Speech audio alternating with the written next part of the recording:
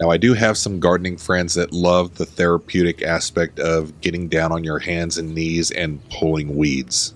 I get it. But for the rest of us, weeding is a chore, and it's easy to get inundated and overwhelmed by all the weeds that are growing in your yard. If only we can make this job a little more fun.